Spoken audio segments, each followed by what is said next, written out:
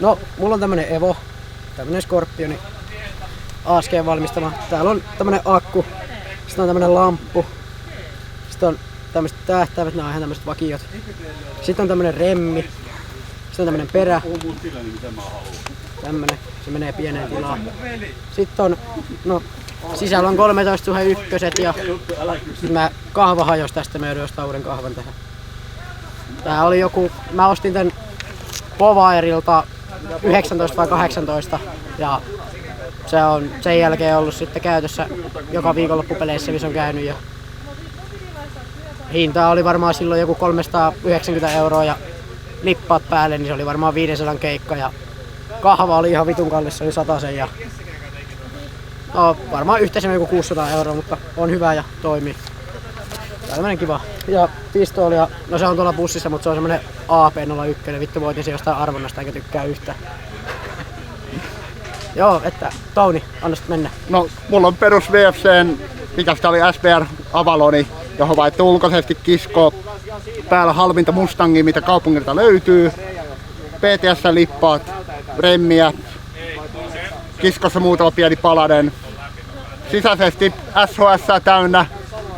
Sitten on Leviathani. Hinta oli ulkoa siinä 300, mitä mä ostin. Halpa oli. Ja sitten, no sisällä on se parisataa sisällä. Ettei mitään muuta kuin SHS:n laatua. Eli Linhai-mönkkäri, kiinalainen, Kiinan pommi. Paljon vikoja ollut. Takaveto, mutta tällä pääsee kyllä mistä vaan, jos haluaa ja uskaltaa ja kaveri pitää tarpeeksi kiinni, niin kyllä tällä uskaltaa mennä aika monestakin paikasta ja ketjut auttaisi aika paljon enemmänkin tähän. Tässä nyt käytetään tätä lähinnä, että päästään eturintamalle mahdollisimman nopeasti. Ei semmoitteeseen itsemurha hyökkäyksiin, että otetaan iisisti ja vähän lähelle ja sitten edetään jaloin, että minimoidaan kävelyn määrä. Ja kiva vehi, mä tykkään tästä ja ollut hyvä lisä tähän peliin. Löytyy LCT:n AK:ta. Mä oon tän maalannut, hiekkapuhaltanut monta kertaa. On ollut yrityksiä saada tää pinta oikeaksi vuoden 83 AK-74 ja tämmötteeksi mustaksi maalattu niinku venäläiset AK:t yleensä on ja sitten on sarjanumeroita lyöty sinne sun tänne niinku kuvistakin löytyy ja löytyy Vector Opticsin punapistetähtäintä leksisuojalla ja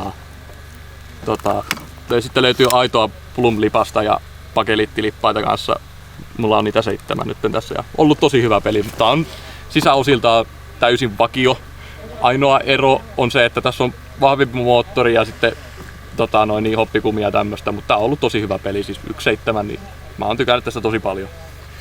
Ja niin. Semmonen. Joo, mulla itselläni on tämmönen ICS:n MP5 SD, johon on laitettu tämmönen kotikeittoinen lipas, joka toimii satunnaisesti tähän malliin. Tää on ollut hieno peli kanssa, että täysmetallinen ylärunko ja polymeerinen alarunko ja no, tässä ei toimi tää charging handle, mutta muuten todella vakuuttava kerta kaikkiaan. Käytettynä. Ostettu. Ja todella halpaan hintaan jopa. Joo. Vetoperän kun sais. Niin. Se olisi aika komea. Se olisi vielä. Semmonen. No niin, seuraavaksi esittelyssä itse tehty PST-ase Paladin käyttöön. Tämän on tehnyt ja lahjoittanut Ehasalle eräs meidän asiakkaasta, jonka nimi varmasti lisätään tähän videon kohta tässä vaiheessa. Tää ase on 3D-printattu ja käytännössä sitten liimattu kasaan eri osista. Edestä löytyy etutähtäin.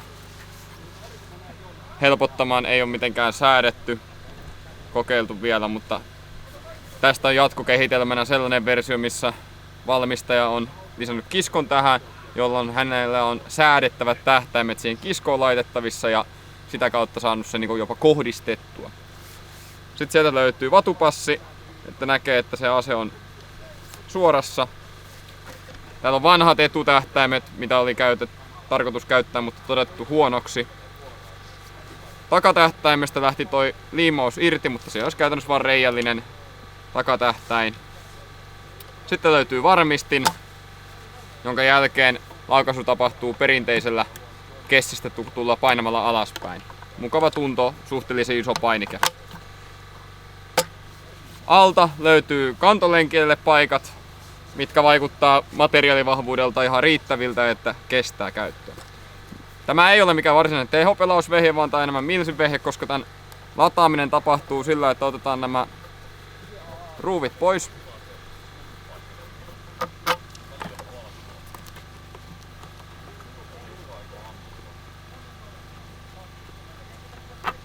Noin. Sen jälkeen se koostuu 2 osasta, eli se itse juttu tässä on tänne sisälle tehdyt ja tulostetut valmistamat kierteet, eli Paladin menee suoraan noihin kierteisiin. Ja sen jälkeen laitetaan tänne perään normaali 40 millinen granaattihylsy, joka on semmonen mallia paintball, eli siellä on se iso reikä takana. Ja laukaisimena toimii tuo iskuri tässä näin, joka sitten käytännössä kun... Ja täällä yksinkertaisena vastuksena on vaan jousi.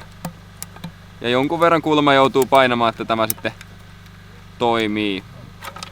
Muuten se on vapaasti tuolla liikkuu. Jatkokehitelmänä, mitä on kuulemma suunniteltu jo on, että tänne takaboksiin, mikä nyt on yhtenäinen, niin on tarkoitus hoitaa jonkinlainen puhdistuspuikko niin sanotusti, että siinä vaiheessa, jos jostain syystä Paladin ja jummiin tänne kierteisiin eikä lähde, niin sen saisi sieltä tökättyä pois. Valitettavasti meillä ei nyt tässä sellaista hylsyä ole käytettävissä, että ei päästä itse testaamaan, mutta näitä on täällä Conquest 19 tapahtumassa tietääkseni 2 muutakin kappaletta ja toivottavasti sieltä on saatu jo kenttäkokemuksia niistä. Ei muuta kuin rajanautoa vaan tuhoamaan sitten.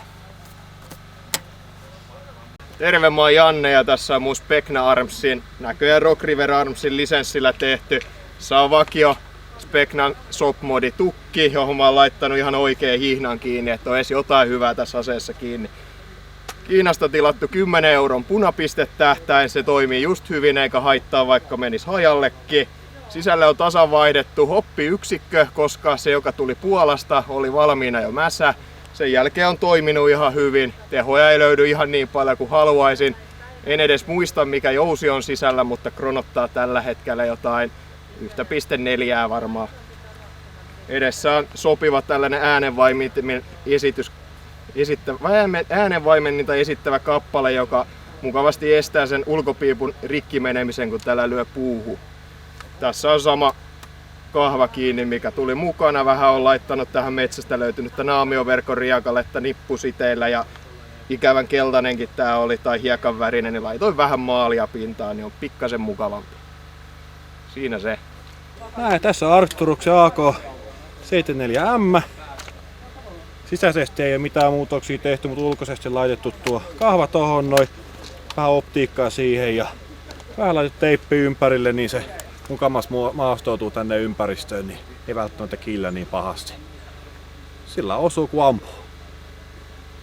Specna Armsi AR-15.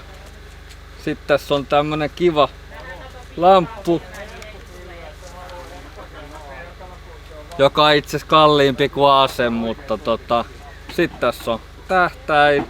Siinä on punapiste tossa päällä ja sitten kiikari tossa. Mut huonosti näkee kiikarista, kun on maskit ja muut päällä. Ja muuten tääkin on oikeastaan ihan perusase. On Platinumi. Sillä perussämmenellä, en nyt muista mikä se tarkka malli oli, mutta tällainen. Ampuu 1.5 joulaa. En tiedä, ehkä 60-80 metriä maksimilla, missä on 0.28 gramman kuulilla. Ihan hyvä pysy.